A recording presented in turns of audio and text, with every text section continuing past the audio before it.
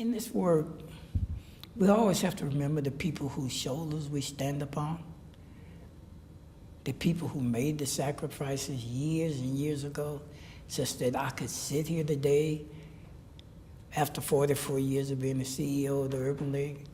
Those folks who rode buses from Detroit down the Mississippi were bombed. Those folks who were bombed in the churches.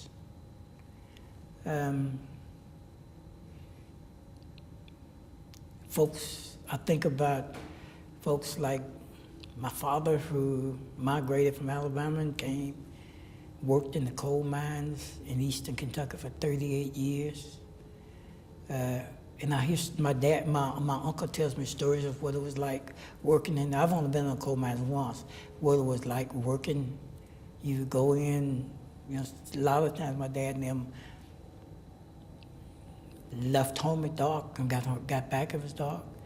And he would probably work all day in mud and muck and never be able to stand up in a space about this high. But that's just my story.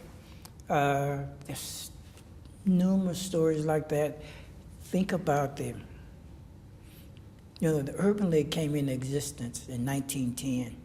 And it came into existence as a result of the out-migration of the sharecroppers, mostly from the Deep South, Mississippi, Alabama, going north in anticipation of finding a better life.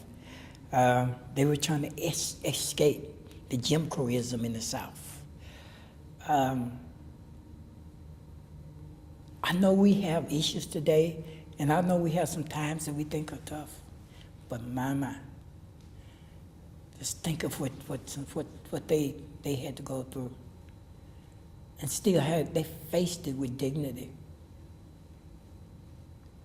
They faced it and still believed. They faced it and they still they were spiritually motivated